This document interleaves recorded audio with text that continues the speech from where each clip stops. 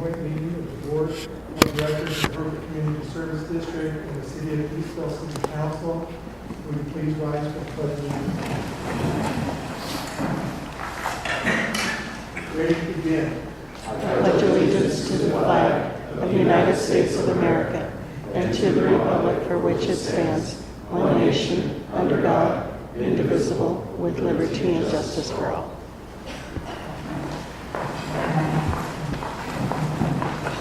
I also want to open this meeting tonight in the memory of a couple of very special individuals, Eddie Bolander, which is Jane Anderson's son-in-law, with deepest hearts and our prayers.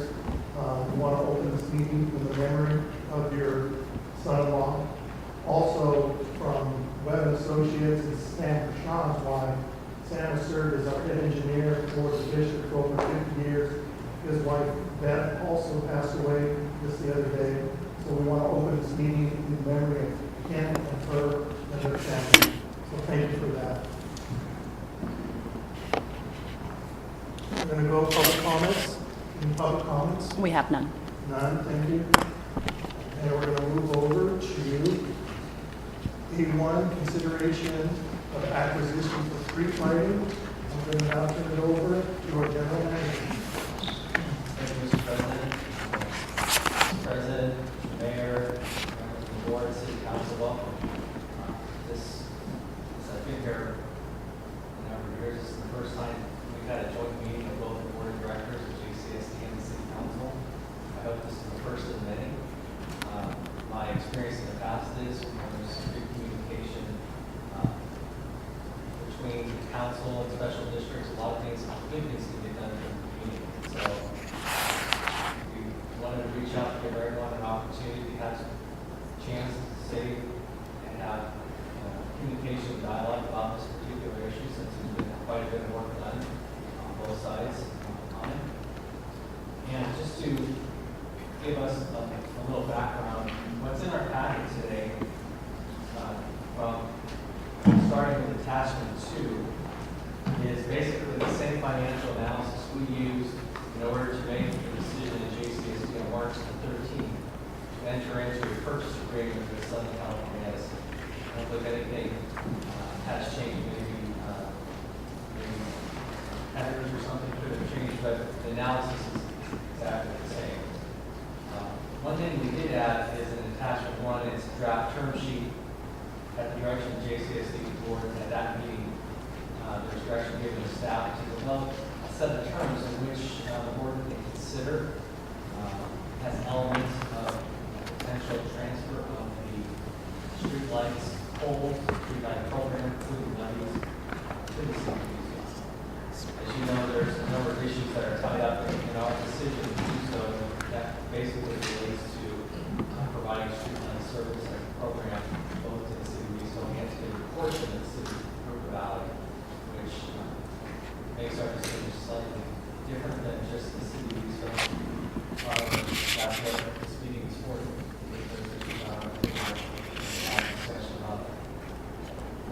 When I started the district a number of years ago, I came up with this idea, actually even started a registered nonprofit organization called CommunityTogether.org, with the idea that when you have overlapping jurisdictions within a community, in the end, the resident and the business are the ones that end up paying for the services and are the recipients of services.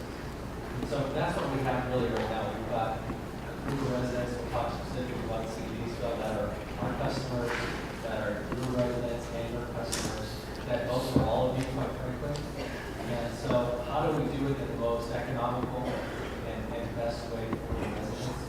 And I look forward to the discussion that we have today. And staff is here to provide any input or answer any questions.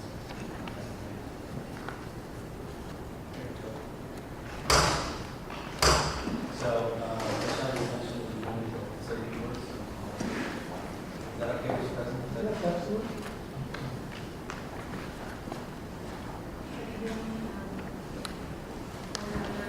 Council members, thank you for lots of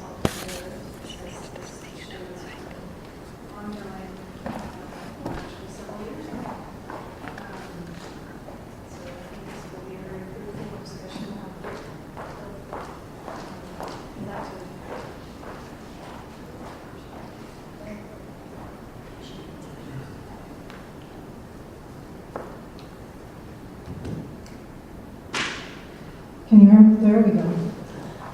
Thank you for allowing us to come together, both JCSD Board of Directors and City Council for the City of Eastvale to discuss the streetlight acquisition program, which, as I said previously, for those of you that were not able to hear me, this has been a discussion item at a staff-to-staff level for roughly 18 months to 2 years. Since Western Riverside Council of Governments had made a proposal to the City Manager Technical Advisory Committee as well as the Executive Committee at WRCOG to discuss one of the major funding concerns for cities across Riverside County. And that was looking at budget constraints, one of the most difficult and most taxing forms or items on a city's municipal budget is streetlights. And the continuing increases from Southern California Edison. And so WRCOG had actually been charged with doing an analysis on is it feasible for local jurisdictions to acquire their streetlights, thereby realizing a cost savings that could be passed on to the citizens. City of Eastvale represents a very unique situation within WRCOG in that we were the only city within I believe the only city within WRCOG's sphere of influence that has a special district that was in charge of these streetlights.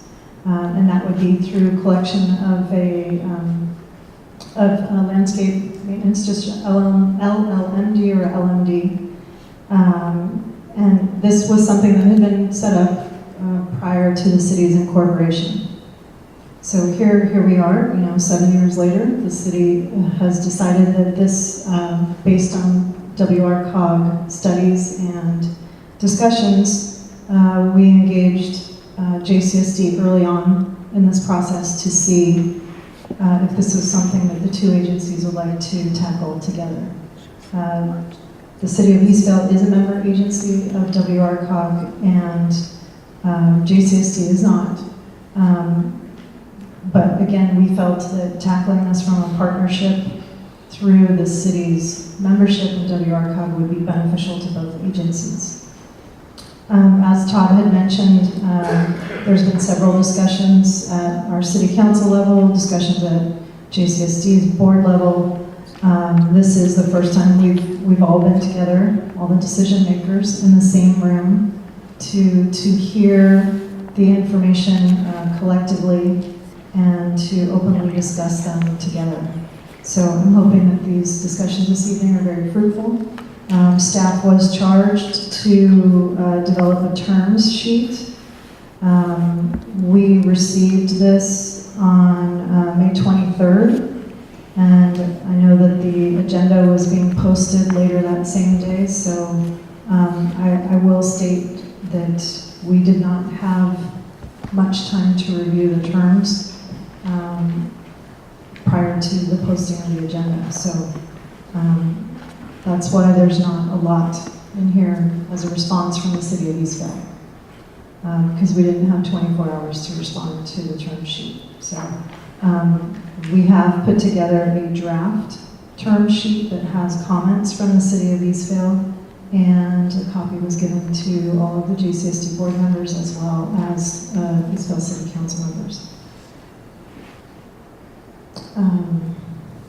With that, I'm just going to turn it back over to Todd, I guess, to keep the discussion going, or do you want to enter into questions? Before we do that, I want to also open it up for any comments from either group or board or the city council. If anyone wants to make any opening statements, you guys are more than welcome.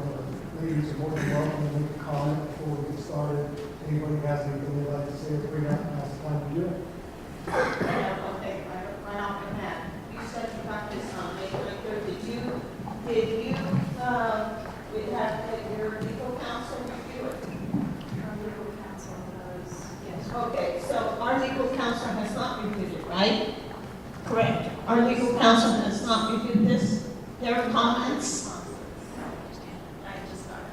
You just got it too. Okay, so we need to make sure that our legal counsel has reviewed their comments to this thing before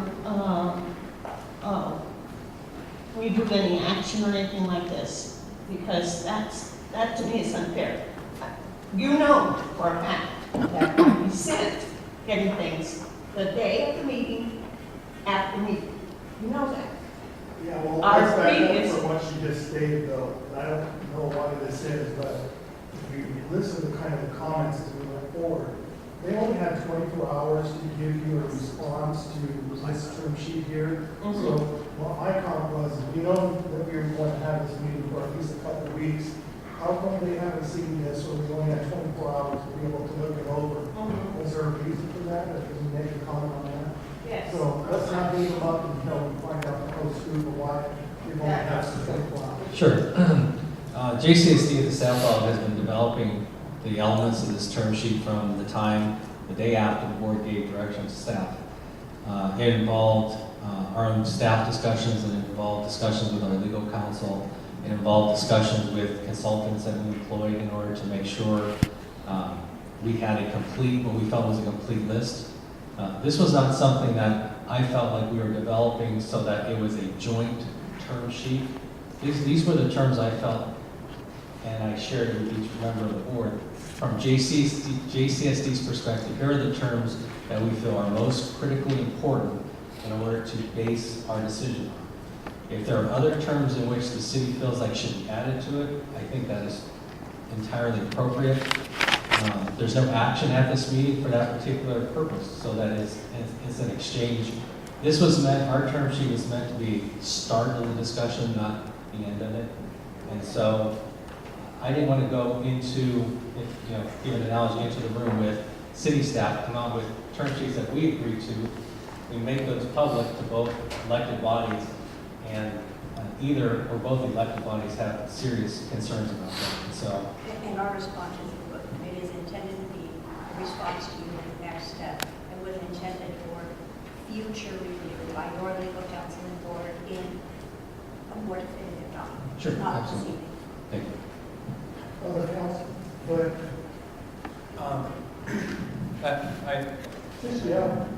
I can yell as well. Wow, okay. I want to thank you guys for agreeing to meet with us. I echo, the comments that have already been made, but I think there are a lot of great things that we can do together, absolutely. And we represent the same areas, and here in Eastville at least. And the same residents, the same tax dollars. So it is, but we have different focuses, of course, and we'll probably unpack some of that today. But I truly believe that this is a great first step, this first meeting here that we're going to be having. And I think that by us agreeing to come together, we've already overcome a great deal of it, and that we need to be able to, we've needed to be able to sit in the same room and overcome some of the miscommunication I think has been there. And so I'm really excited about this and what we're able to do as we move forward. So thank you. Thank you, sir. And just same as what Glenn said, thank you very much for having this meeting with us. Just to be upfront, and the thing that I'm looking for, the information I want to get out of this is, obviously you all know our intent. We would like to take over our streets lights within the city. Are any of you apprehensive to that, or do you object? And if you do, is there a reason? Can we find out? And if not, this is great that we're having this meeting. Let's lay out the proper policy and the standards and make sure that everything is up and legal according to council, and let's get it done. That's my thing. So my answer that I want is, are any of you objecting to this, and if so, why?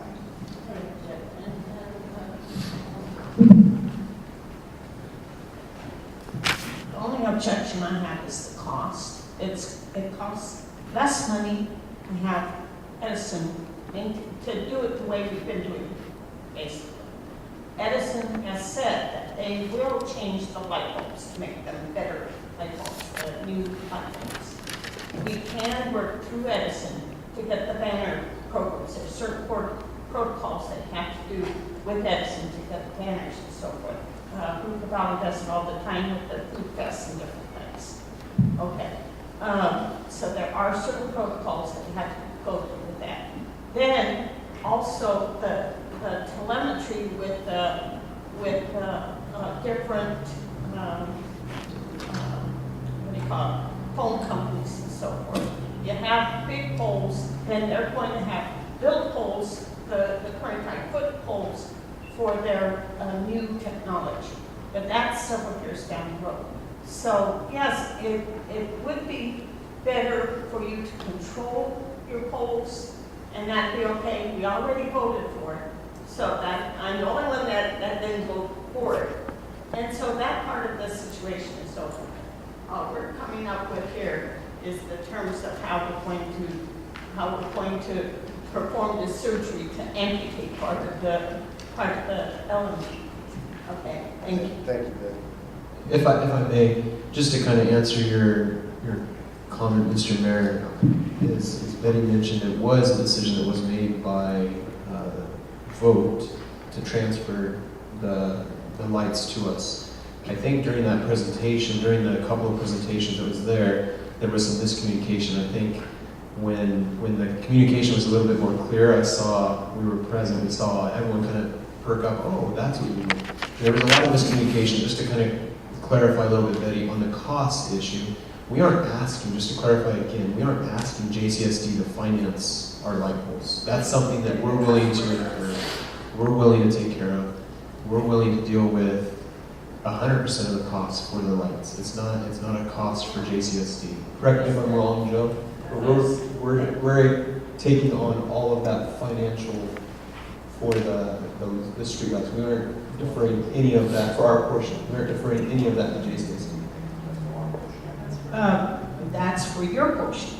The fact is that even your portion will increase the cost to your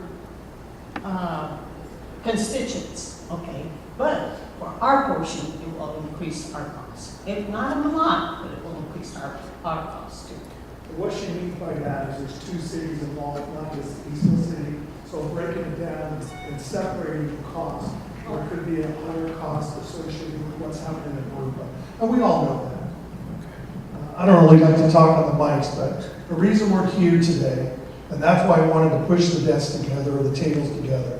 We want to work this out. We want to do what's right for the community. We want to get this done. We're all here to put our heads together, to do some brainstorming, put this thing to bed, move on to other things in the future. So let's look at what we can do, what Aruba needs to be able to take care of our customer base. Let's work that out. Let's get those agreements done. All of us together, we can get this done, and it's not a really big issue. So let's talk about it. Let's work it out. Get our lawyers to look at it. Make sure everyone's on the same page. That's why we're here. Let's get the ball rolling and let's get started. I would like to make one clarification on item number 4 on this draft thing, where the city of Eastvale, where it says on 4C, it says, however, these entities should make their own agreements directly.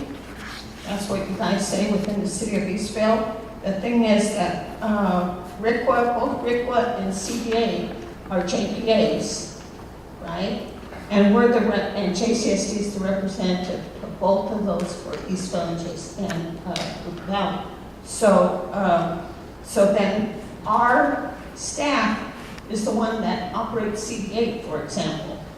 Like the Chino, the Salter in the back of JCSD, our staff is the one that operates that facility.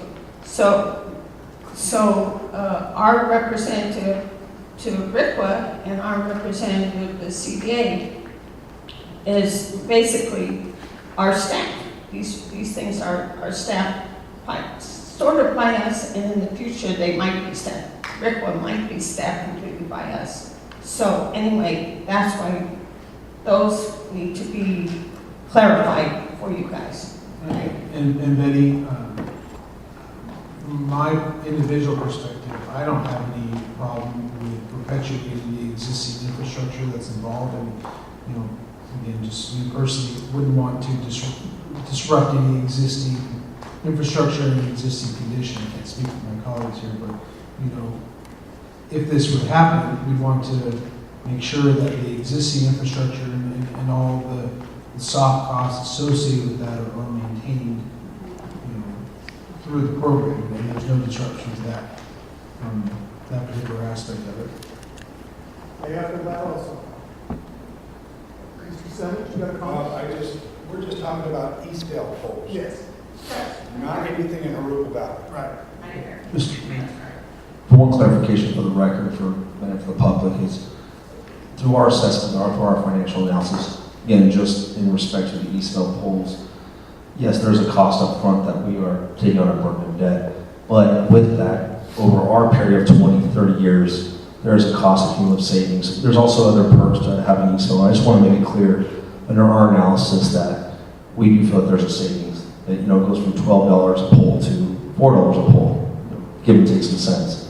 So we're saving $8 a pole a month. So there is a significant savings that helps cost for the upfront cost it takes to retrofit these. But through our analysis, we feel that there's a significant savings. Just wanted to clarify that for the city of Eastvale. When you talk about cost, you talk about money, you talk about responsibility. I also wanted to throw it out there because for me, from a long-time, lifetime resident of this area, I think it's absolutely wonderful what the governor did the other day for both of the cities. So congratulations to the city of Eastvale. Congratulations to the city of Harupa. You deserved it. It was a long time coming, and the governor did it right there.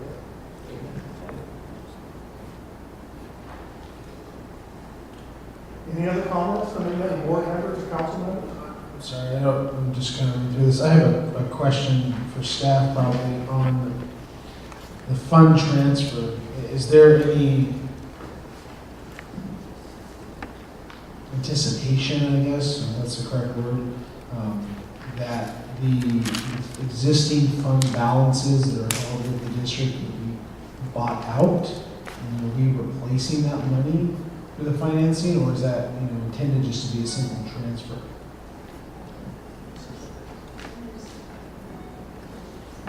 I'm looking at the first page here. The existing, there's fund balances, correct? There's a reserve policy, and there's reserves associated with that. So, for the Eastvale poll specifically, is the intention, and is it, I guess, agreed upon, I don't know if we're in agreement on this or not, that those funds would be simply transferred, or are we buying out that money and making the district whole, I guess, I don't know if that's the correct terminology, for this funding? We are asking for the fund balance to be transferred for each of the LLMDs, specifically 98-2, 2001-1, 2001-2, 2001-3, including the reserve balances, correct. That's a tax increment that is paid from residents in the city of Eastvale relating to the streetlights that are in the city of Eastvale, and therefore, Betsy, correct me if I'm wrong, our legal counsel has advised that under those terms and conditions, those should go with the asset. I'd like to point out this document, all the highlighted sections, or all the sections that are in bold, those are the sections that were added from city staff.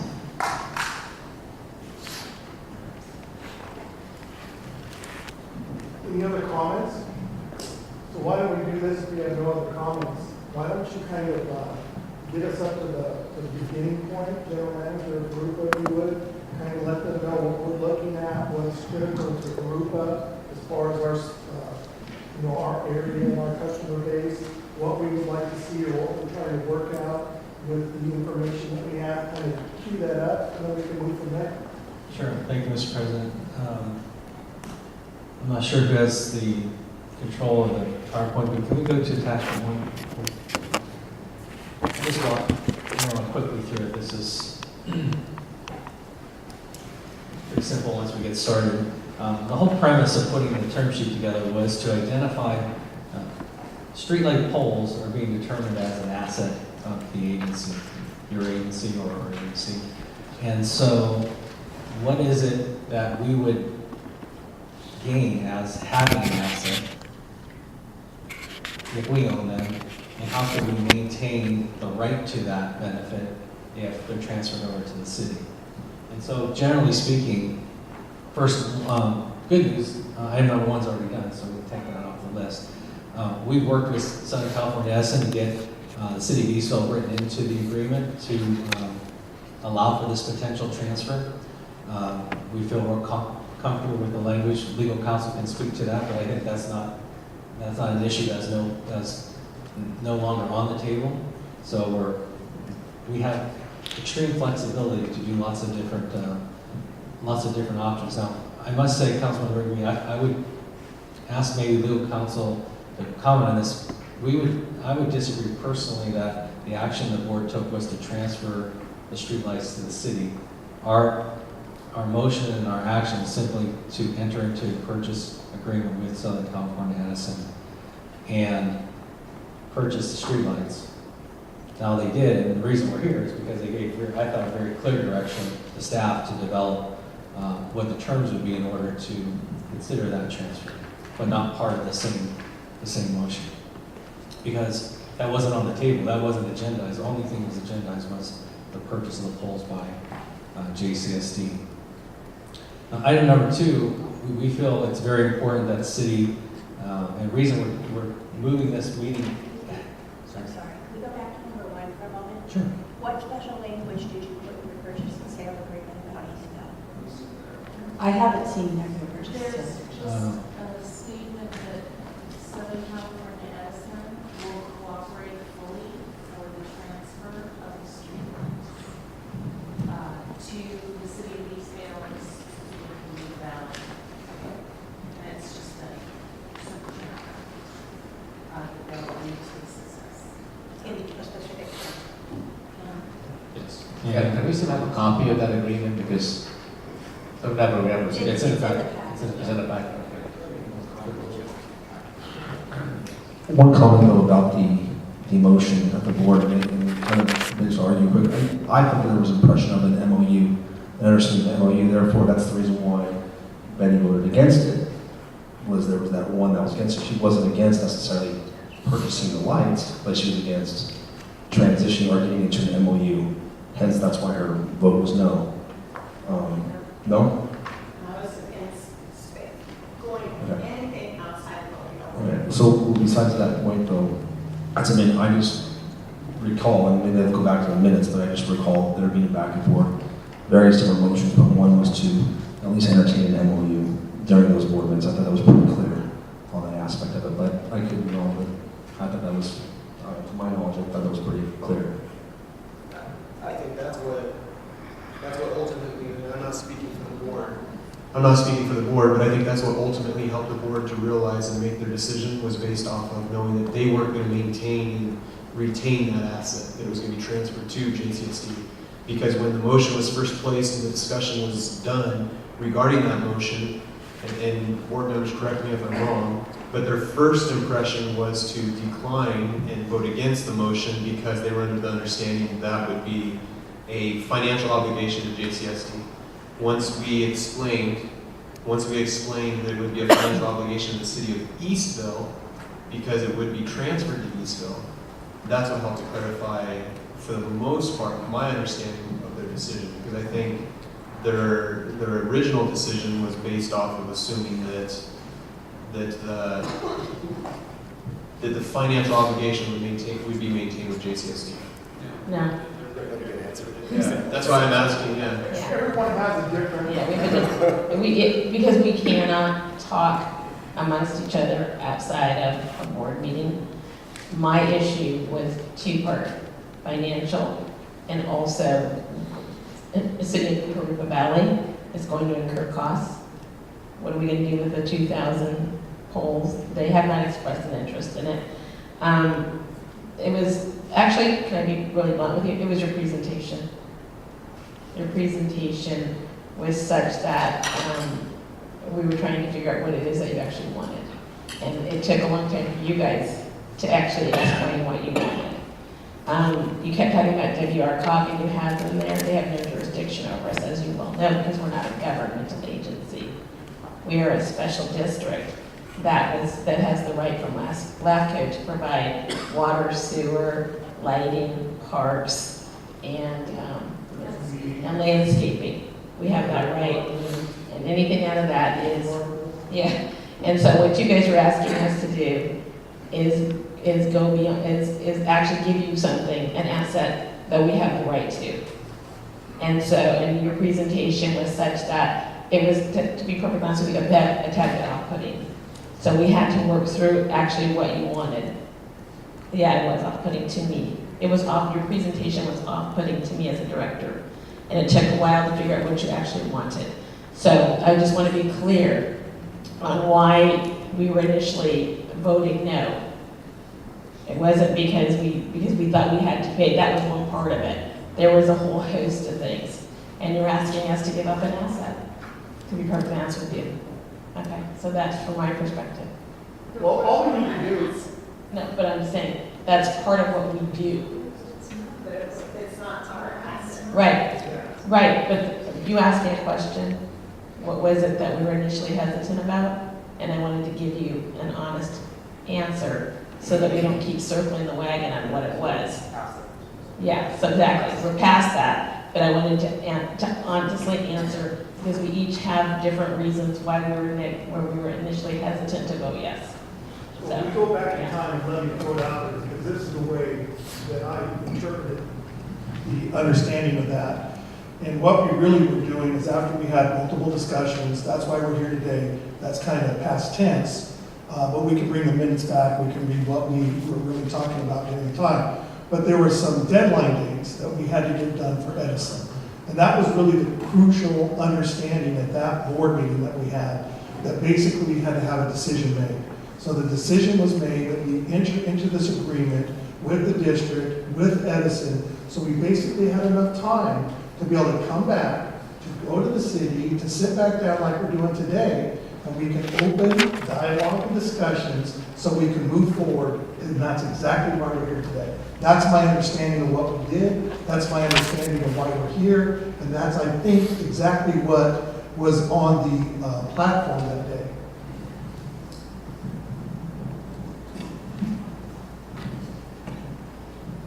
So the discussion today, I think, develops the MOU that you're speaking about. You know, the concept and the ideas weren't specified at the time anywhere near like they are now, with our term sheet, your responses, and probably whatever the final version of this looks like. Item number 2, it's important because we, as President McLaughlin mentioned, we thought there was going to be maybe up to 9 months in order to make a decision before we felt more comfortable that within that period of time, lots of things could get figured out. The reason we have this meeting sooner rather than later is the time frame is much more compressed. The valuation of the poles that JCSD would be purchasing in total decreased below the Edison threshold, or not the Edison threshold, the California Public Utility threshold. So instead of having a long, what period is that? Cam, Steve?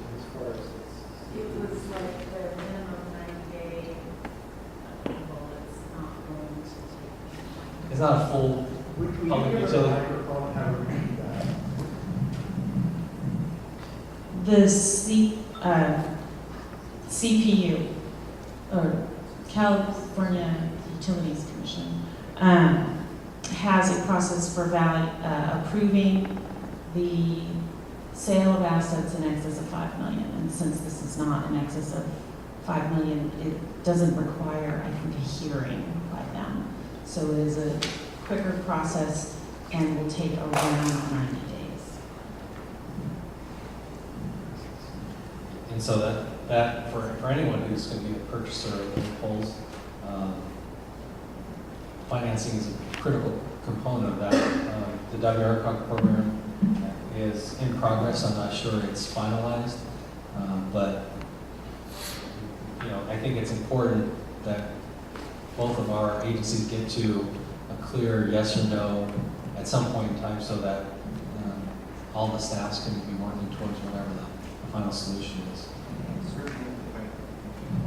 And certainly to move the process forward with Edison, part of their requirement is that we would need to definitively be able to tell them which lights are going to be included at the point, basically at the point in time that they had a CPUC approval.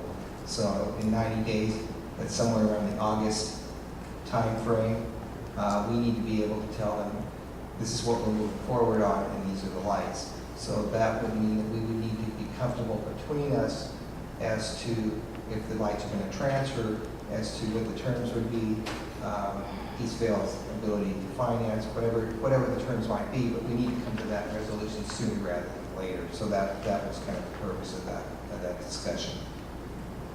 Do you have plans where you need to modify or do some of your street lights quicker than that timeline? Do you have things that you need to get done with the street lights quicker than that timeline? Quicker than a 90-day window?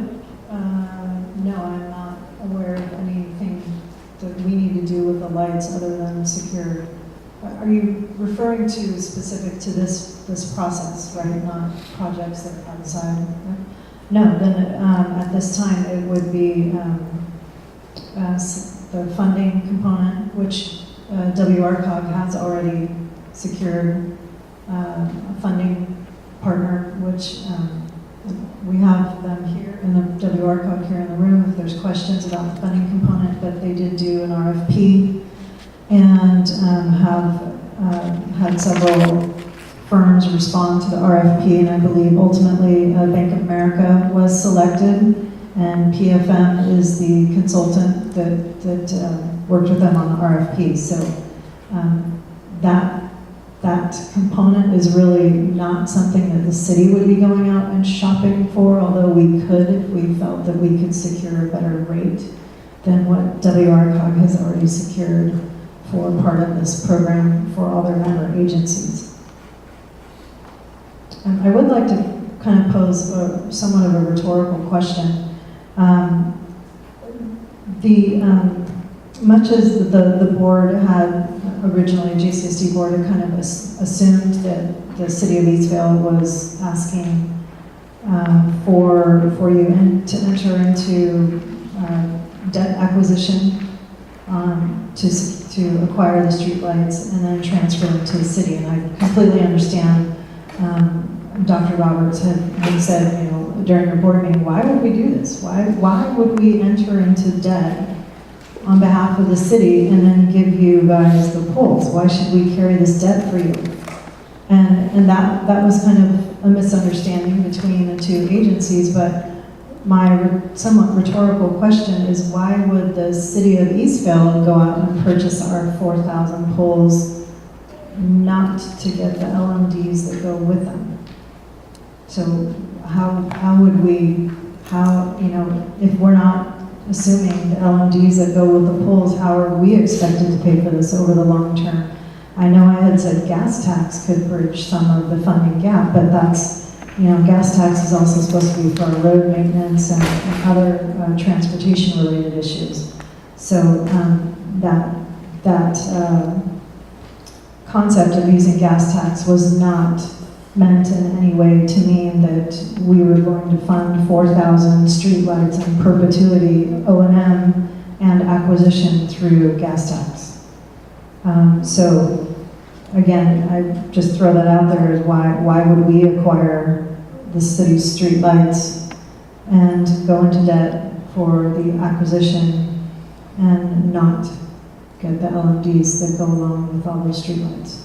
And then how you know, legally is that even possible when the citizens are paying for them as part of their property tax bills? So just throwing that out there for legal counsel.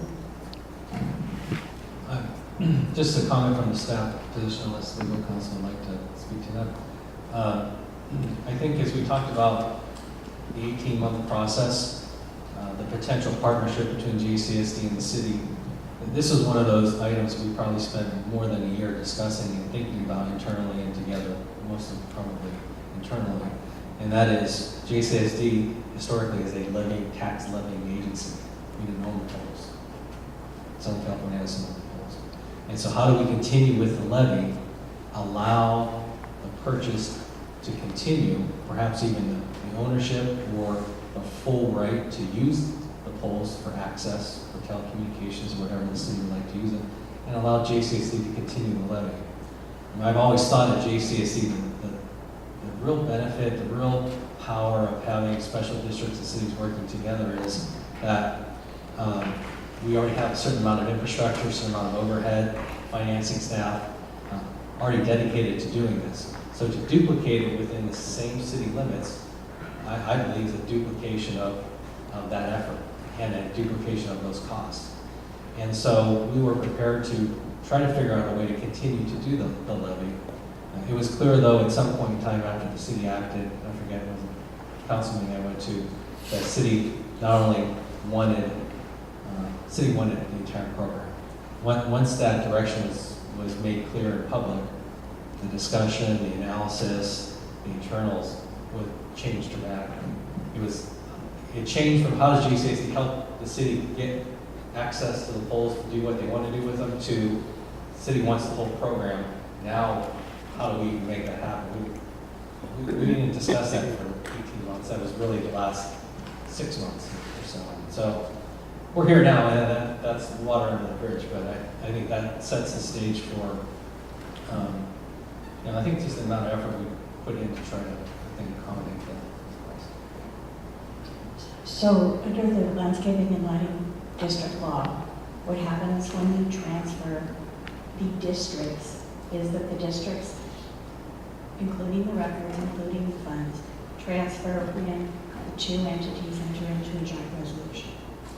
It's a relatively simple process on paper. So the district would obviously not be levying it. The responsibility for it would be transferred to the city, however they chose to carry it out. Obviously, if you have people who do it, the city's happy to, work with them and their consultants and all of that. But it would transfer to the city, and the timing of that would have to be looked at so that you make sure that you're going to hit all the chancellor deadlines, etc. But it's an administrative process after these resolutions are adopted. So I guess what we should ask for is clarity on, it sounds like there's been quite a bit of confusion. Number one, the city is paying Edison, and I think everyone understands. And they've arranged financing through Doug Yarcock or on their own, but there really isn't a question of the city being able to afford to do it. Number three, there needs to be sooner rather than later a joint resolution that will transfer the assets. That's what the term sheet, which I think we can also call the MOU, is proposed to be about. Does that make sense to everybody? Just talking about process here.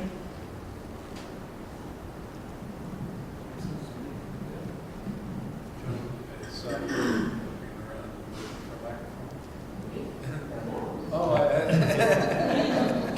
have a question. Where is our deadline now? I know it's been pushed back multiple times. It wasn't in South Dakota. What is Edison's deadline now? Hold on a second, let me ask that. The question is, what's the new deadline? Is it clear yet what the new deadline? Or, I'm sorry,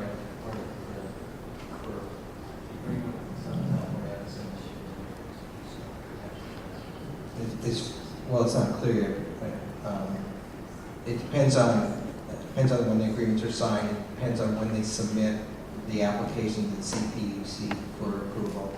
But didn't we have, maybe Tyler's in the room, didn't we have a deadline to agree or disagree?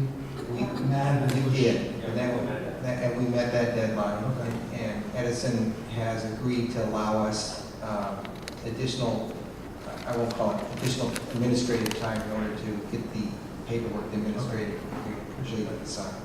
And then my second question, I heard multiple times from Director Roberts and Director Anderson that this process would increase costs for Hoop Valley. And I'm sensitive to that. but I'm curious, that's the first time I've heard this, I'm curious why that would be. I don't understand how, if we would carve out the streetlights administered by the district that are in Eastville, how that has any effect on Hoopa Valley.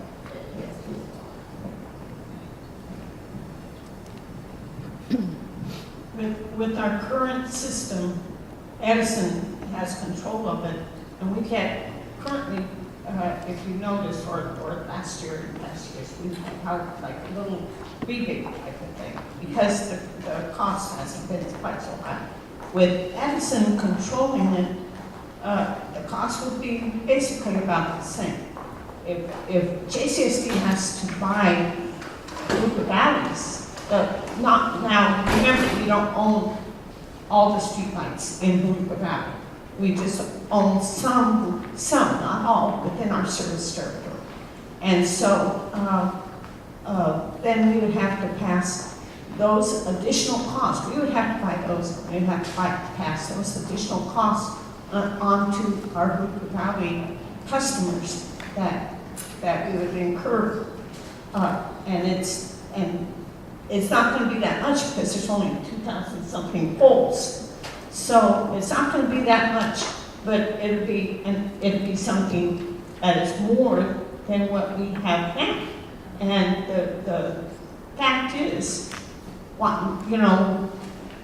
the city itself doesn't want those additional poles. The city is, I believe, is buying the poles with all the new development, like Riverbend and so forth. I believe they're the ones that are doing those like Hoopa Valley. That they're buying the poles with the newer developments. Right, going forward.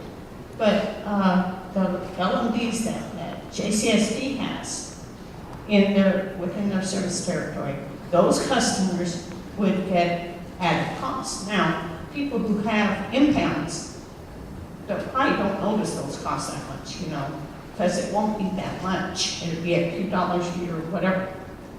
Those of us that don't have impounds, we notice you go up $1 or $2 or $3 or $10, you notice it. So it does affect us. Now, I've got something to say. Maybe I'm wrong in what I say. That's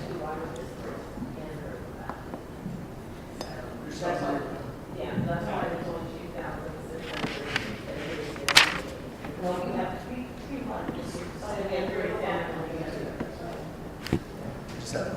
I know you mentioned that there was rebates back in Edison, and that was what was allowing the cost to stay the same. What we've done is, as the reserves have built up over time, we have elected to rebate that reserve back to the LMD subzones that have generated the reserve. And so we have a reserve policy. When it goes above the reserve threshold, we start to credit back. Okay, so it's not something that's coming from Edison. Correct. There are other rebates in this program, but not. But also, this all relates back to the original inception of ID number 2, Illumination District number 2, and the agreement by which we can establish the annual levy and how much the escalator or no escalator can be added to the levy each year. So ID number 2 is underfunded. We have to subsidize that every year as it is today. If you have to then buy the poles and add the cost of the financing on top of the existing levy, the levy just goes up because there's no way to include that cost in any approved escalator in the agreement. It's an old agreement. A lot of the new agreements, in fact, 98% of the new agreements don't have that, but this happens to be, one of the larger or the largest district in Hoopa Valley and doesn't have that escalator component. So it really ties our hands financially. We can go back, I guess, for a levy vote, how that would work. But very difficult to get that passed. For point of clarification, though, the credits, when there's an LMD and there's a credit balance due, that is outlined in the engineer's report. That's mandatory as language that's included in the engineer's report. This isn't something that one agency has the option to do over another. It's mandatory, it is required. Question about LRFPs. When they're collected, are they all put into one, does JCSD put it into one pot and then use it for all the LLMDs? Or is it taken and only used for that LLMD? Yeah, so the LLMDs are set up in separate zones. Each zone stands on its own, and so the reserves are only for that zone and can only be used in that zone to pay the cost of operating the lights. Steve, did you mention about the Olympic that handles that use it at the loan tax board? Yeah, sure. So that's ID2, and we were talking a little bit about it. So ID2 is our oldest LLMD. Was formed back, don't quote me, but probably 1971, somewhere in that time period. And there were no escalators included in the levy formula. So we don't have the ability to raise the levy as energy costs have gone up over the years. As a result, we assess the max levy every year. And in addition to the max levy, the district has had to fund that district, has had to fund that district. So if you look at the graph here, the levy is $10.15. That's the max levy, and that is what we're assessing. So on the left-hand side, that column is the current situation, the current cost that we incur. So currently, this is on a per pole basis per month. We incur on an average $13.31 per pole of operating costs. That's going to consist of, no, I'm sorry, let me look at my notes, it'll be easier. Geographically, where is this? ID2, 74 poles are in Eastvale and 1,644 poles are in Hoover Valley. Can we hold at that point and let's take a 15-minute break? Sure.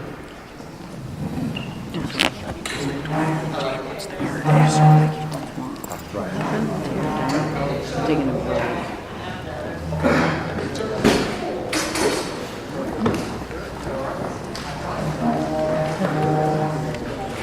You want the air down? God, we're over there. It's like a gale wind blowing. Let me text Victoria. What, you mean you want it warmer? I am not dead yet, but it's getting close. No, I mean, it's just, I can feel it blowing on me. I should go sit over there. Yeah, no, you probably would love it. Well, the only reason I looked at Joan, I go, are you cold too? She's like this. Oh, we're wonderful over here. You don't have a nail file on? No, I don't think I do. I have one at home, no big deal. I just keep catching it. Your eyes are pretty good from back there.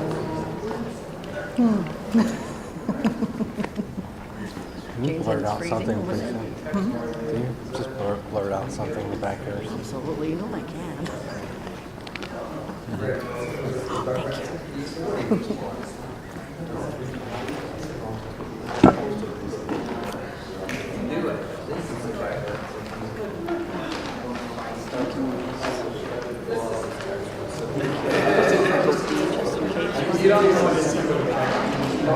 Thank you.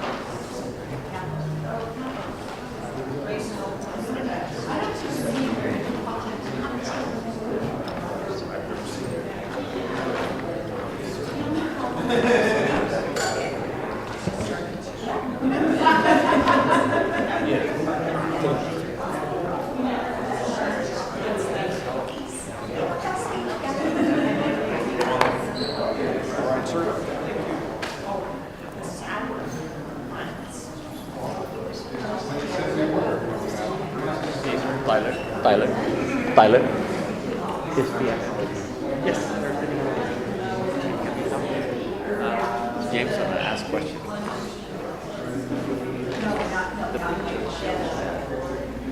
Look at this, yes, this money. We are rich to somebody look at that.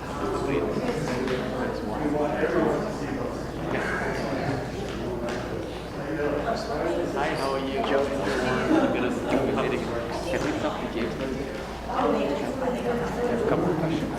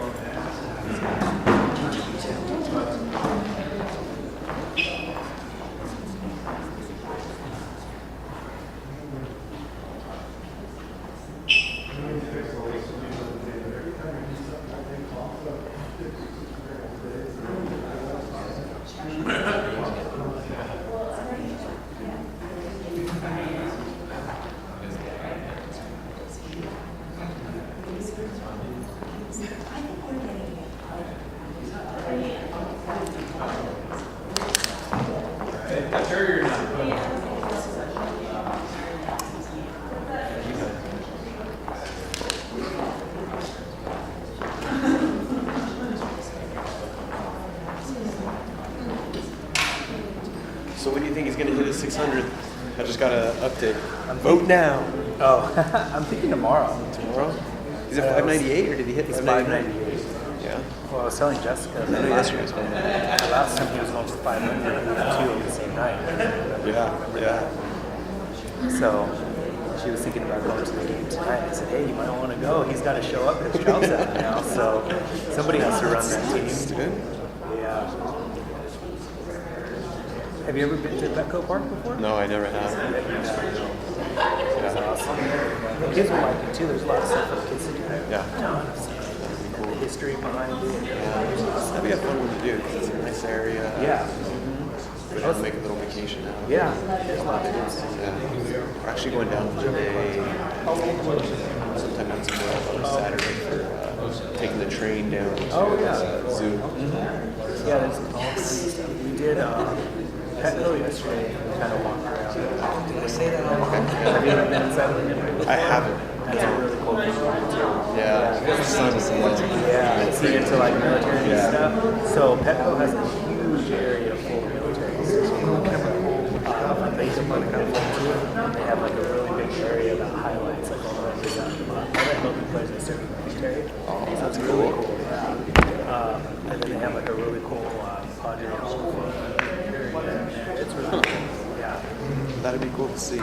They definitely have a one-up on Angel City. I'll tell you that. It's nice too. Yeah. It's all really nice. Did they just remodel that within the last few They years? opened in 04, but it's fairly new still, and it looks. I thought they just did something down there. I'm not sure.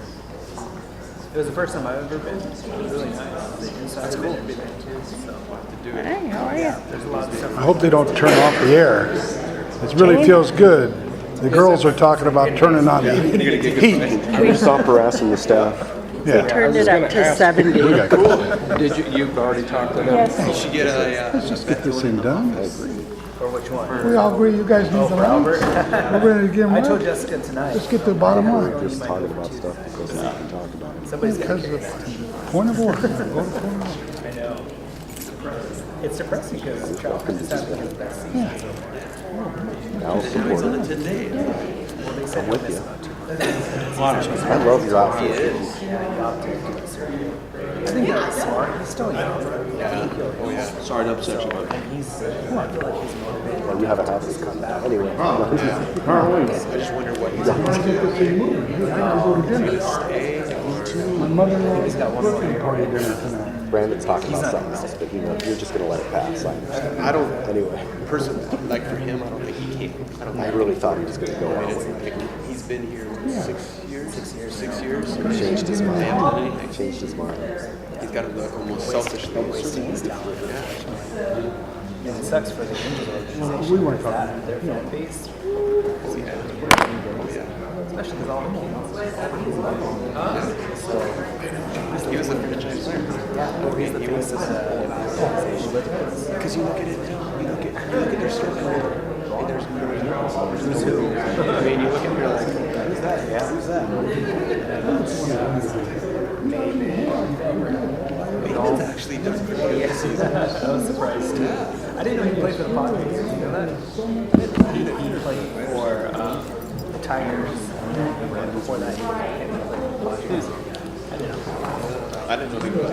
I saw the straight trade. He agrees. Yeah, he is. Do you want it hotter or do you want it cool? Let's see how they do. Okay. That's why I just texted you saying, you might ask it a lower again. Okay, because right now, because it'll turn on super, super hot, but not that it's hot, it just kicks on, so it feels super hot. It's just Okay, so we'll see how it goes. Okay, don't be surprised. Thank you.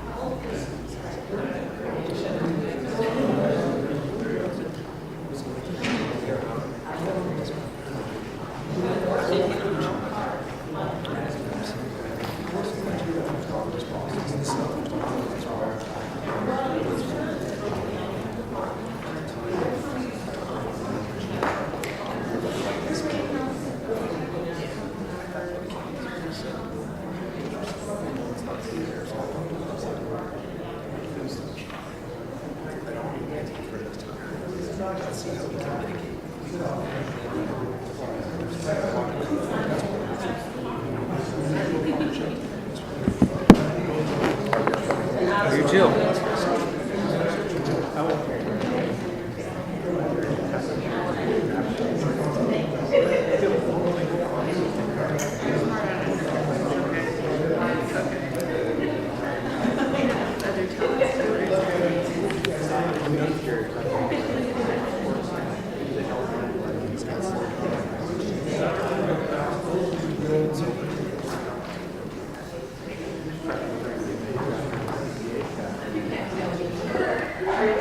Have a good weekend. Yeah.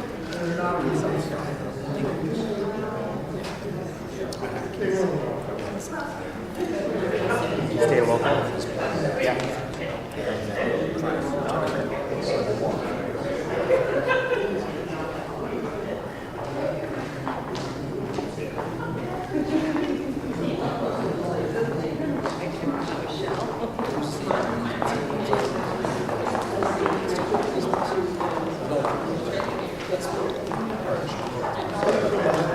Oh, you're welcome. I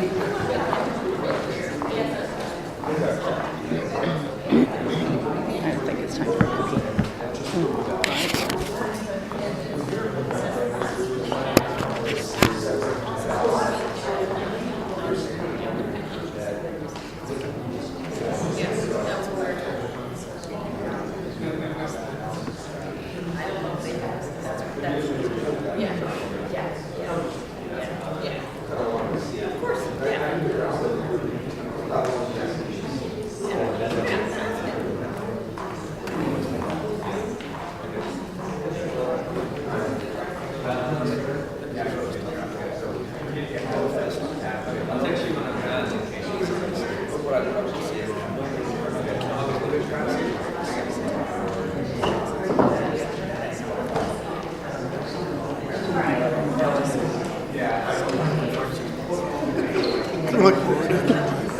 I'm sorry. It's all right. I'll sit up.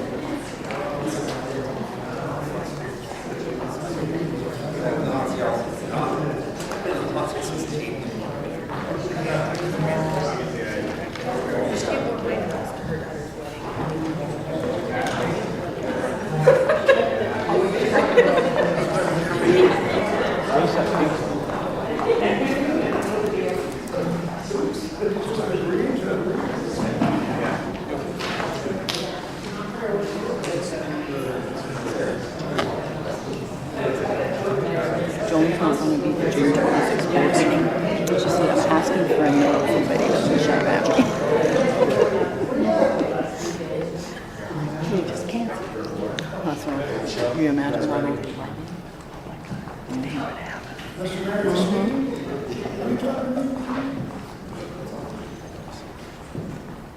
So we're going to call this meeting back to order, and then we're going to go back to our general manager.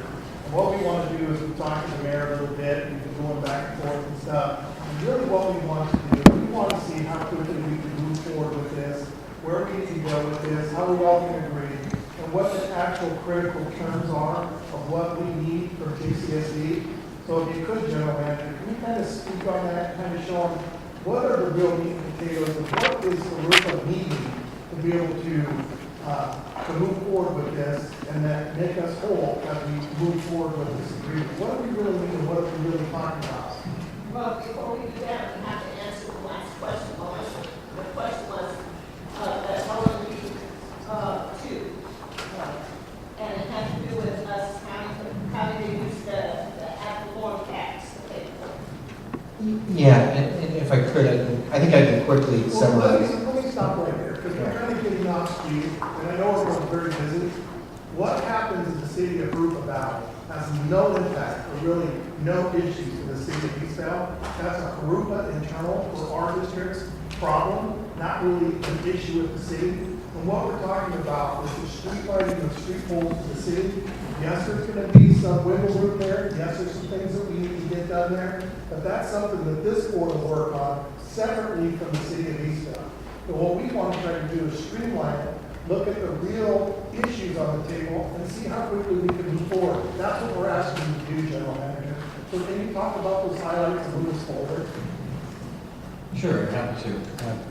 Rosemary, Julie, can we go back to the term sheet, please? JCSD's draft term sheet, really the crux of what we think is most critical is tied up in item number 3. We have 4 elements here, and it basically revolves around the use of the poles that JCSD would conceivably use at some point in the future. This is all for technology that exists today, so this is not pie in the sky type of technology. It may, in the end, by the time we move forward in some of these programs, perhaps the streetlights may not even be of value to us. Maybe the technology changes such that no one's using street poles or streetlights in order to utilize them. But for now, certainly, when you talk about automated meter reading, the technology exists for fixed network meter reading systems, which is the next phase, the next deployment for JCSD's meter reading technology. We want to reserve the right to use the poles for that. The antennas, as we talked about, for telecommunications between our water production and sewer transmission facilities for JCSD, and all of the JPAs that we currently either operate or are involved in. Now, your point, Councilman Rush, about, or someone made a point about contracting directly or agreement directly with the city. I think that can be done. Certainly, the JPA can have their own agreement, but we would like to extend whatever value and benefits JCSD has to those agencies. But perhaps the legal right to do so is between the agency and the city. parks video surveillance equipment or Wi-Fi or other related telemetry.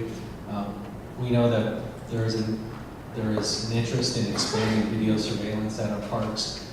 Perhaps, I'm not sure exactly how it works, but we would want to reserve the right to be able to use the poles as repeaters to get back to a network connection, whether it's fiber optics or some other method, into our network to be able to utilize that technology. Whether we're using it or not, like I said, we'd like to reserve the right to do that. And then banners for JCSD functionally, that's something that I think is a pretty nominal request because those are the events, the larger events throughout the city.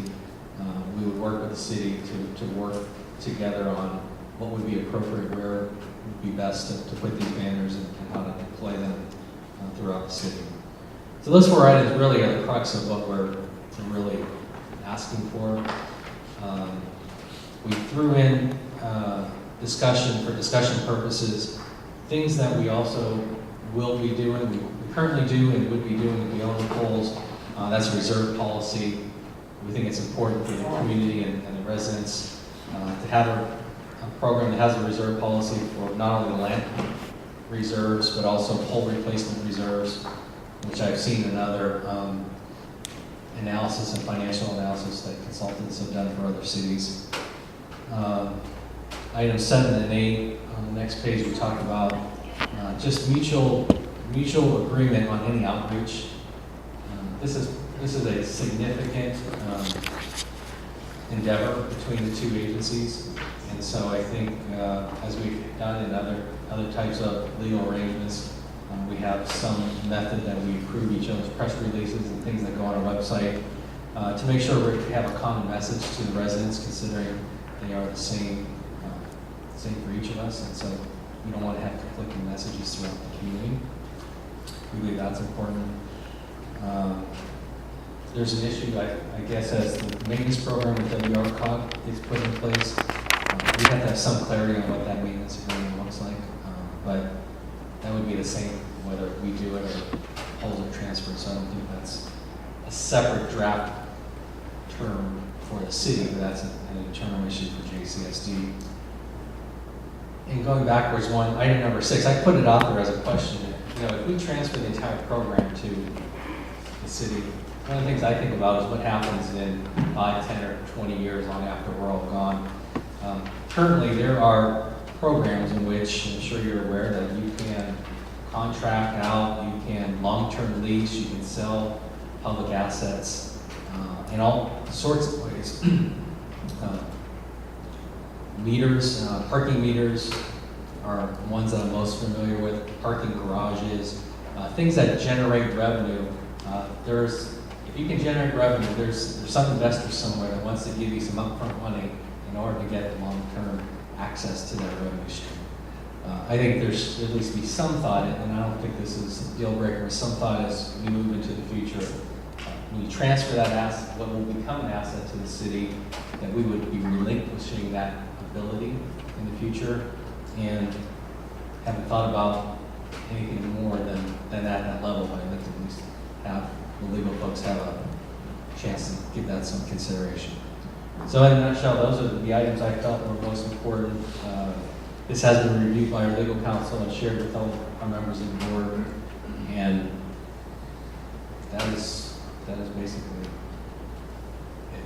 Thank you for that. Mr. Mayor, we have new individuals that sat down and we sent it to you, so we all understand who that person is. Can you have a introduction, please? James Riley, he's our finance director. Thank you. Just a quick clarification on the banner, which I think is a huge little bit asset that we all share. Did Edison charge us, Michelle, for any of the military banners we put up outside of our administrative costs on this?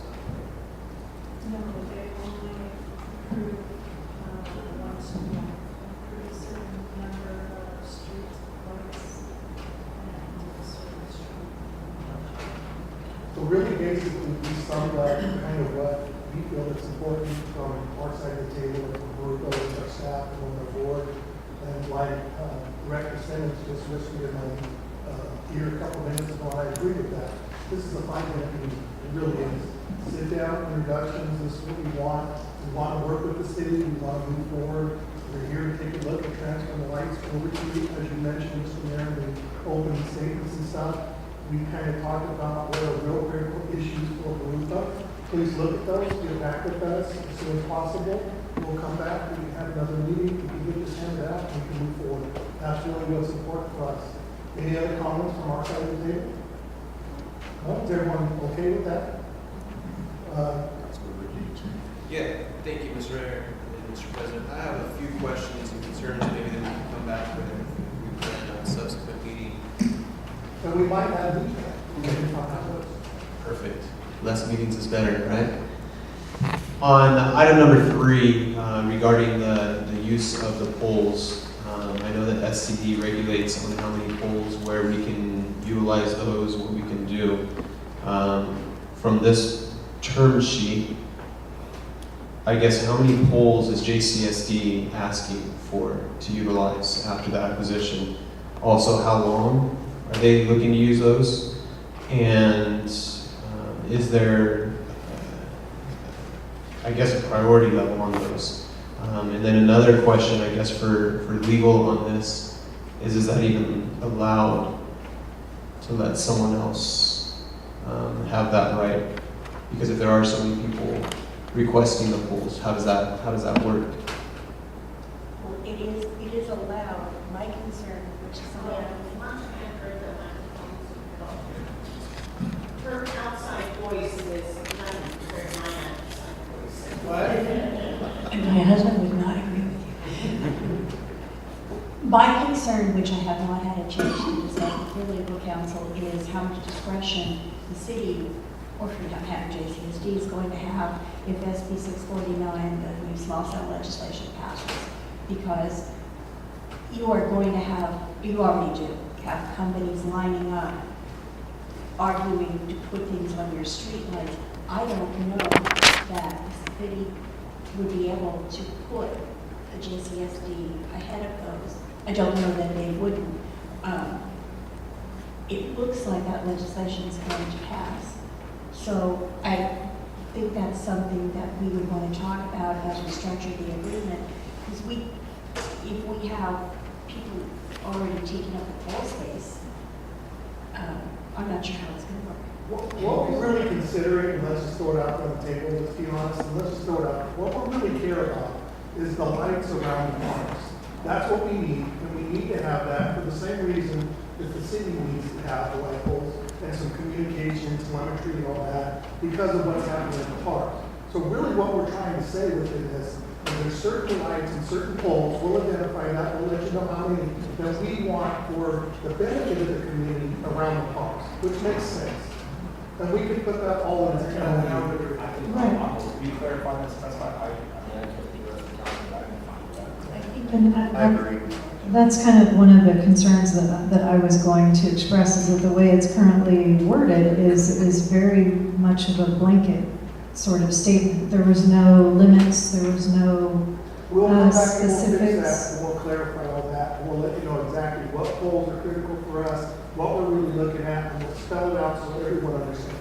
That would be perfect. Time period with that, as if we revisit those every 2 years, 5 years, Yes. whatever it is. Yeah. We don't just have, I mean, it's detrimental to both sides to have an open-ended contract. Agree, and that, again, that was one of my concerns, was the phrasing of in perpetuity.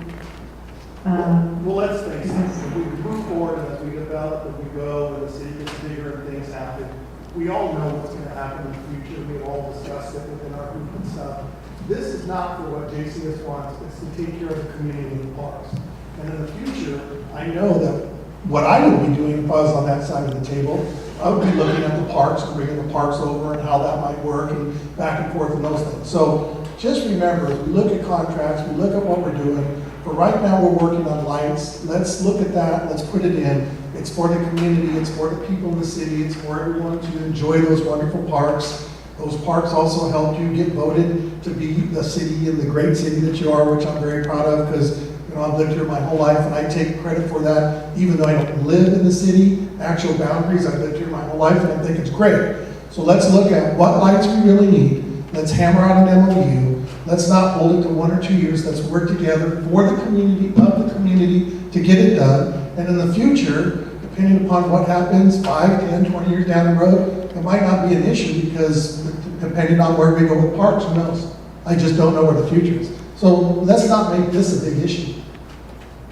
Well, one thing I would say is on SCADA, that's the only issue I have, and that has to do with the telemetry that might come up in the future with meter reading. I know in other municipalities they have the trucks that just drive by and you have telemetry. You just go by the neighborhood and they can figure out, how to meter read and so forth. Or they have central meter reading where, you have the office at point X and all the information goes there. So that's where SCADA type of stuff comes in. And then also with our two JPAs, RCWA, which is the wastewater treatment plant down there, and CDA, which is all our wells that are in Eastville, by the way. Several of our wells are in Eastville. So those are the only two things, and I think JCSD could figure out which ones we would need for those facilities and which poles we wouldn't need, but it wouldn't be so many thousand, that's for sure. Okay? I agree. Comments, Heather? Well, I propose directing our staffs to appropriately amend Section 3 to make it amicable, and Section 4 in ours, to make it amicable to both sides. And once we've come up with a consensus, then we can take it to our appropriate bodies and have a good talk. I echo that, so that's great.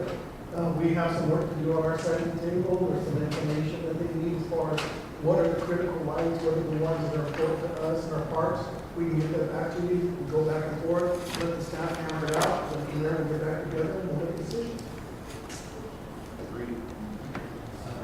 Mom, do you have anything to say before you're ready to talk about something? My other comment was, I think from the SCADA standpoint, from the operational facilities, it would be a much easier process to determine which poles are going to be needed for communications to those facilities. The facilities are already set, and we've got some idea where the future facilities are going to go.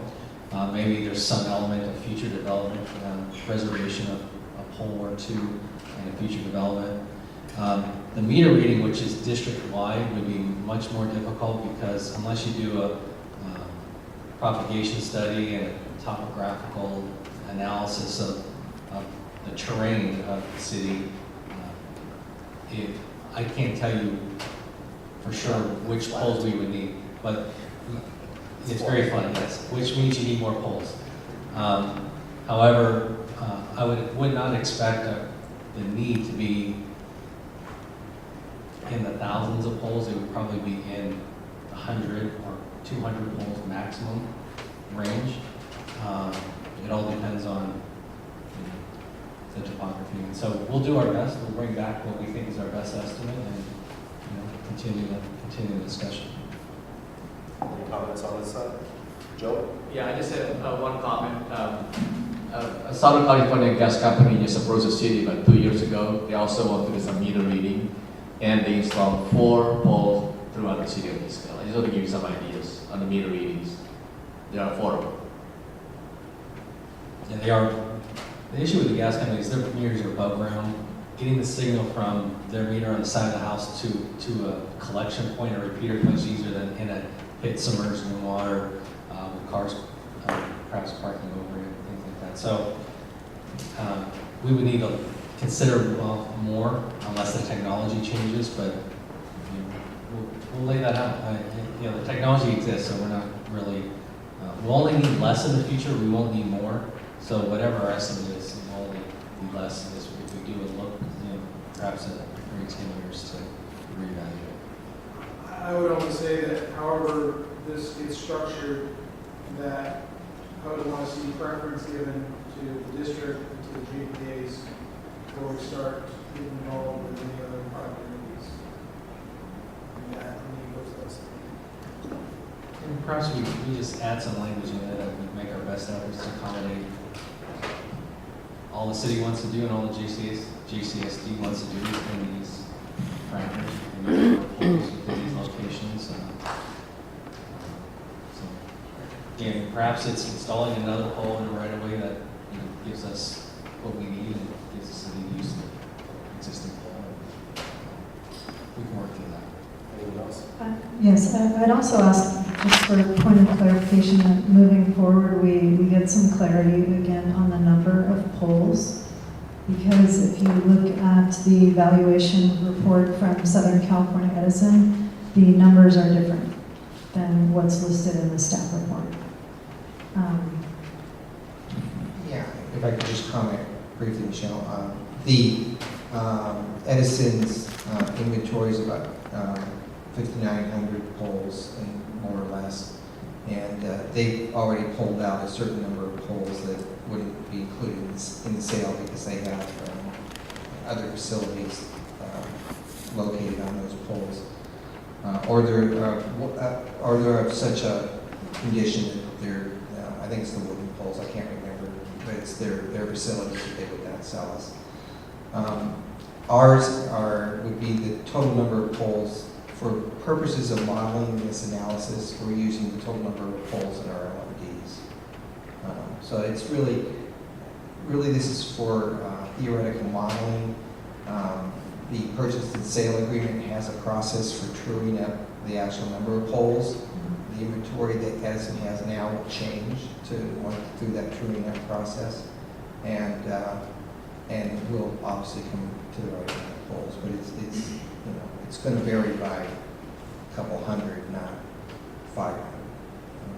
Right, I just want to make sure that the numbers that we're reflecting are accurate in modeling, because I think that can inflate or that can have obviously it has an impact on your modeling if you're using 400 more poles than in one jurisdiction or the other. And the way we tried to work through that is we tried to break it down to a per pole analysis so that those averages were minimized and any fluctuations were minimized. We're pretty comfortable that modeling is in the ballpark and is sufficient for and appropriate for decision making. Just before we move on, I mean, we're concerned about items 3 and 4, 3 in yours, 4 in ours. My concern is the other ones, with item 1, 3, and then 5 through 10 on ours. Does that mean, are we going to stipulate to this? Is it acceptable? Or do you still need to review it and make it appropriate? If the board would like, we can review it, make some comments in it. And then we'll put together a JCSD response back to the city and We also want to simplify this, though. We want to make it as simple as we can. We don't want to make it more difficult. We don't want it to be political. But we want to see what the city needs. We want to see what we need. Let's come to some common ground. Let's have our staff work with your staff. Let's get it back together. Let's look at everything. We'll review. We'll talk. We'll look at things. We'll get back, and then we'll move forward. What's the time frame we should be getting back on? Just gonna throw it out there. What's the ample amount of Talk time? about 90 days before, but what's it going to take for us to get the information and the counting and the review of the light poles? What is that going to take, gentlemen?